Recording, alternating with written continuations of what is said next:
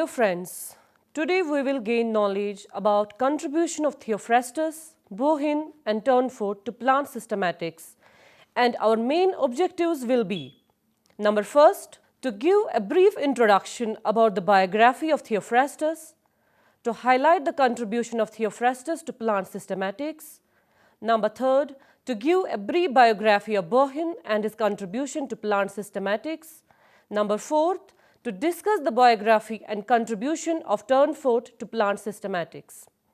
So, first of all, an introduction about biography of Theophrastus. Theophrastus was a Greek philosopher, was born in 371 BC and died in 287 BC. He was a native of Erosus in Lesbos and studied philosophy at Athens, first under Plato and afterwards under Aristotle. He came to Athens at a young age and initially studied in Plato's school. After Plato's death, he attached himself to Aristotle, who took to Theophrastus his writings. His given name was Tyrtamus, but he later became known by the nickname Theophrastus, given to him by Aristotle to indicate the grace of his conversation. He became the favorite pupil of Aristotle, who named Theophrastus his successor and bequeathed to him his library and manuscripts of his own writings. Although Theophrastus generally followed Aristotle's lead in philosophy, he was no mere slavish imitator, and he continued important empirical and philosophical investigations of his own. Very little of his work survives, but he seems in general to have emphasized the empiricist side of Aristotle's thought and downplayed remaining Platonist elements. When Aristotle fled Athens, Theophrastus took over as head of the Lyceum. He presided over the peripatetic school for 36 years. Under his guidance, the school flourished greatly. There was at one period more than 2,000 students. He is often considered the father of botany for his works on plants. The interests of Theophrastus were wide-ranging, extending from biology and physics to ethics and metaphysics. Theophrastus began their research into natural science with Aristotle studying animals and Theophrastus studying plants. His general tendency was to strengthen the systematic unit of those subjects and to reduce the transcendental or Platonic elements as a whole. After having briefly discussion on our first objective, now let us go through our second objective, that is contribution of Theophrastus in plant systematics. Theophrastus is also known as the father of botany. He essayed an early taxonomy, grouping plants into categories to try to make sense of their diversity. But most of all, he observed carefully, minutely, and dispassionately, trying to determine what plants truly are. He was the first to describe plants analytically, describing and differentiating different parts of the plant. He has rightly been recognized as a pioneer in plant taxonomy. He classified plants on the basis of habit into trees, shrubs, undershrubs, and herbs, and on the basis of longevity into annuals, biennials, and perennials. He also differentiated plants into flowering and non-flowering, recognized determinate and non-determinate inflorescence, free or fused petals, fruit types, monocots and dicots, and position of the ovary. The most important of his books are two large botanical treatises, Enquiry into Plants or Historia Plantarum and On the Causes of Plants, which constitute the first systematization of the botanical world and were major sources for botanical knowledge during antiquity and the Middle Ages. On the strength of these works, Linnaeus called him the father of botany. The Enquiry into Plants was originally 10 books, of which 9 survive. The work is arranged into a system whereby plants are classified according to their modes of generation, their localities, their sizes, and according to their practical uses, such as foods, juices, herbs, etc. The first book deals with the parts of plants. The second book deals with the reproduction of plants and the times and manner of sowing. The third, fourth and fifth books are devoted to trees, their types, their locations and their practical applications. The sixth book deals with shrubs and spiny plants. The seventh book deals with herbs. The eighth book deals with plants that produce edible seeds. And the ninth book deals with plants that produce useful juices, gums, resins, etc. This final book is arguably the most interesting and focuses on the medicinal properties of and uses for plants, and so is one of our earliest surviving texts concerning medicinal plants. It ultimately had a huge influence on later medical treatises, including the Materia Medica of Dioscorides. Theophrastus' Enquiry into Plants was first published in a Latin translation by Theodore Gaza at Treviso in 1483. He described about 480 plants in this book, and some of the names used in this book are used even today. For example, Crataegus, Asparagus, Daucus, and Narcissus. He made use of a variety of sources for the book, including Diosceles on drugs and medicinal plants, and also claims to have gathered information from drug sellers and root cutters. On the causes of plants was originally 8 books, of which 6 survive. It concerns with the growth of plants, the influences on their fecundity, the proper times they should be sown and reaped, the methods of preparing the soil, manuring it, and the use of tools, and of the smells, tastes, and properties of many types of plants. This work deals mainly with the economical uses of plants rather than their medicinal uses, although the latter is sometimes mentioned. A book on vines and a book on plant smells may have once been a part of the complete works. Although these works contain many absurd and fabulous statements, they include valuable observations concerning the functions and properties of plants. He detected the process of germination and realized the importance of climate and soil to plants. Much of the information on the Greek plants may have come from his own observations, as he is known to have travelled throughout Greece. His interest in botany went beyond the purely academic. Diogenes Laertius states in his Lives of the eminent philosophers that Theophrastus acquired his own botanical garden after Aristotle's death. But the work also profit from the reports on plants of Asia brought back from those who followed Alexander the Great. These books documented types of plants commonly used at that time and described attempts to cultivate wild plants. He developed his own vocabulary to describe plant processes and horticultural and agricultural efforts. He was concerned about many species of unidentified and unknown plants of the wilderness.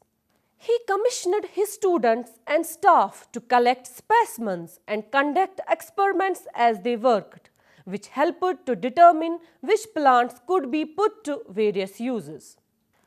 Dear students, with this we have reached to our third objective, that is to discuss the biography and contribution of Gaspard Bauhin to plant systematics.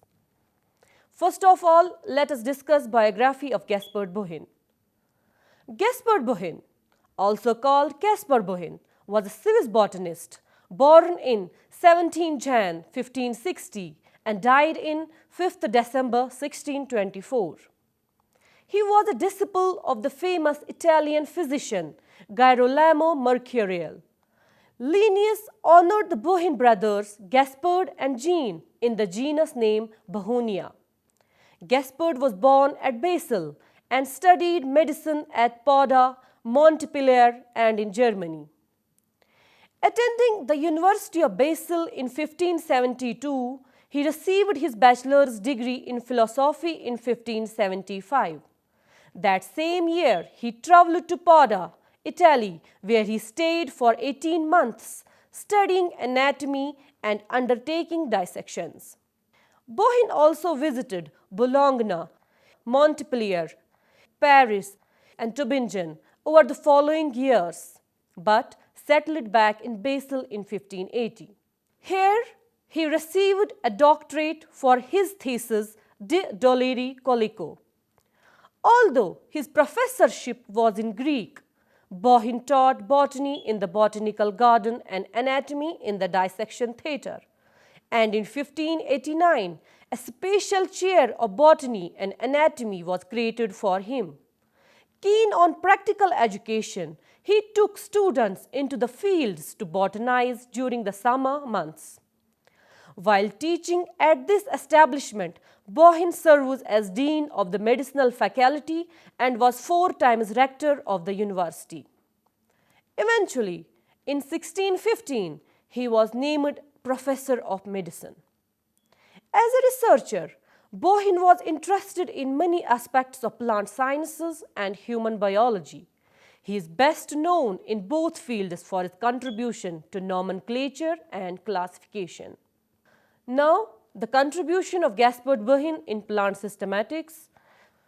Gaspard Bauhin was a Swiss botanist who introduced a scientific binomial system of classification to botany. Bauhin's work began the system of natural plant classification based upon general morphology and established the first scientific system of nomenclature.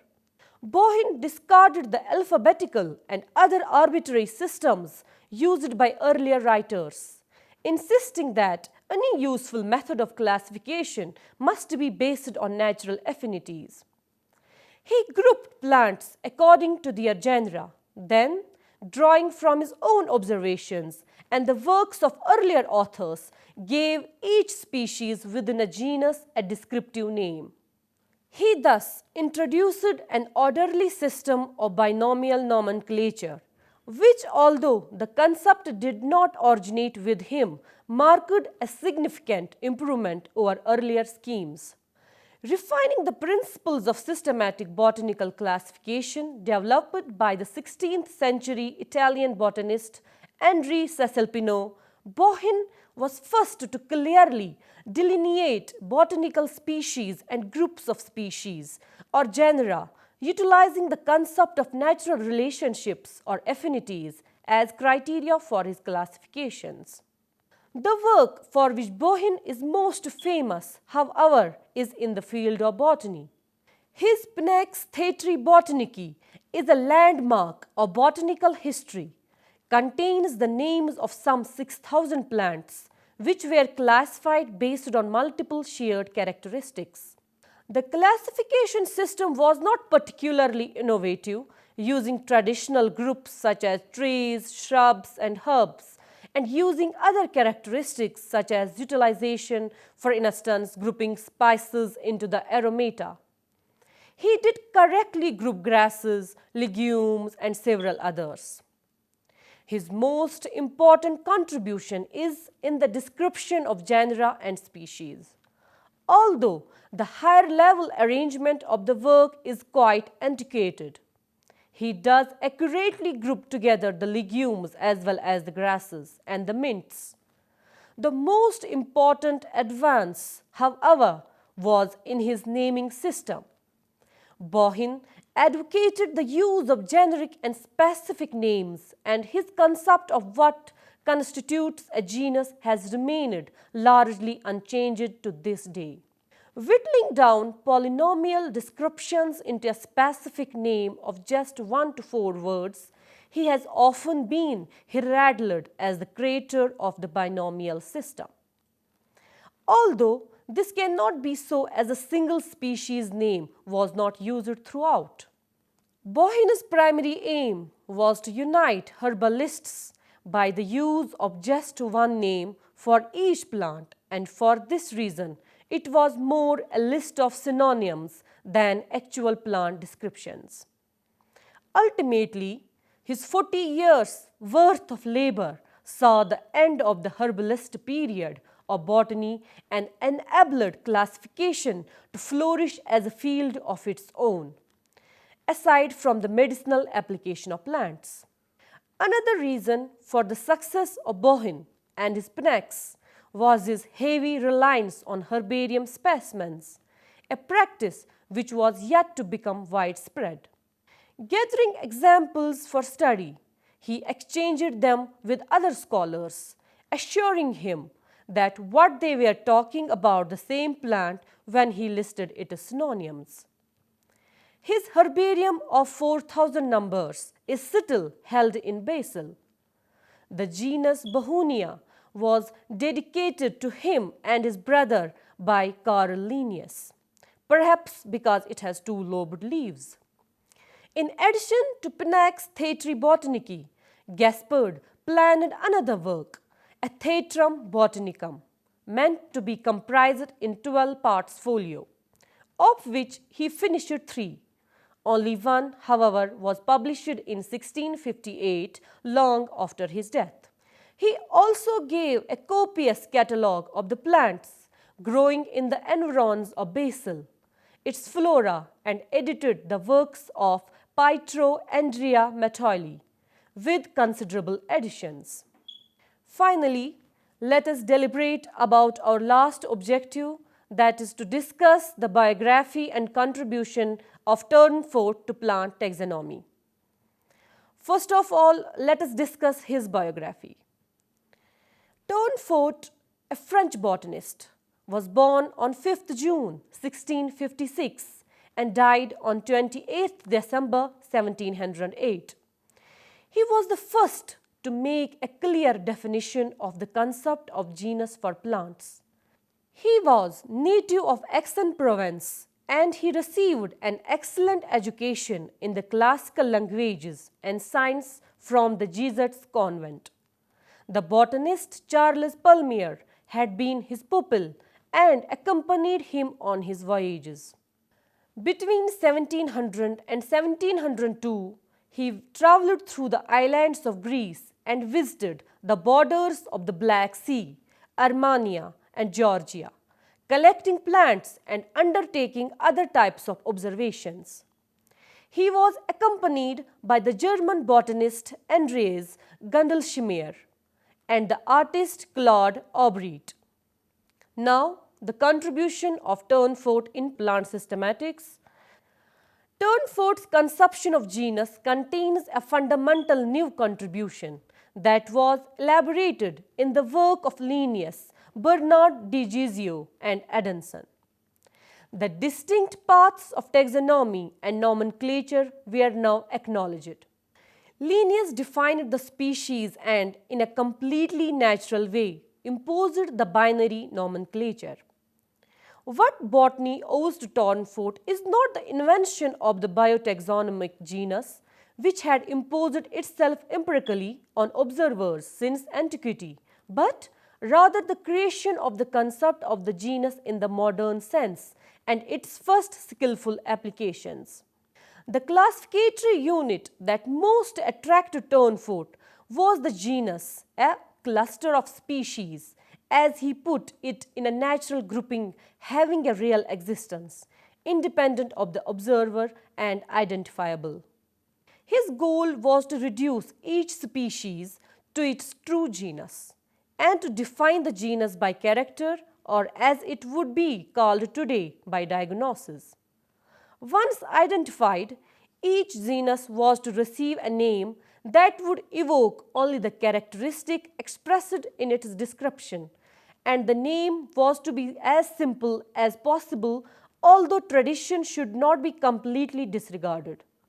Above all, Tournefort carefully distinguished the act of describing from that of naming.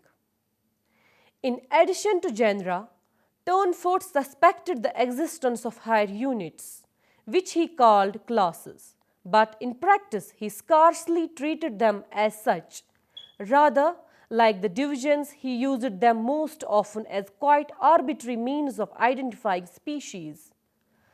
Absorbed in the huge task of making an inventory of the genera in the material at hand, Tournefort did not have time to consider each species in detail. He was satisfied simply to rely on Gaspard Bauhin's Pinax, which, in his opinion, contained a perfectly satisfactory definition of species. Between 1694 and his death in 1708, Tournefort's work was marked by two major events. The first was the publication of his Elements de Botanique, which appeared in 3 volumes, 2 of them consisting of illustrations executed by Claude Aubret. The work was translated into Latin as Institutions Re Herbaria. The second was his voyage to the Levant. Tournefort's account of his voyage, published posthumously in 1717 and translated into several languages, still makes interesting reading. Tournefort's subsequently published writings represent only a small portion of his scientific work. However, on the level of principles, Tournefort contributed powerfully and brilliantly to the establishment of objectivity in taxonomy and of research methods suitable for a natural method of classification. His own system, based upon the flower and the fruit, chiefly the corolla, was, however, highly artificial. While he was far from discovering the principle of subordination of characteristics, his method displayed a certain subordination related to his recognition of natural units existing at different levels. Further, Tournefort played a decisive role in the emancipation of botany from medicine. Tournefort divides plants into 2 main subdivisions, number first herbs and number second trees and shrubs, and then divides them on the basis of their flower and fruit, giving rise to 22 main classes.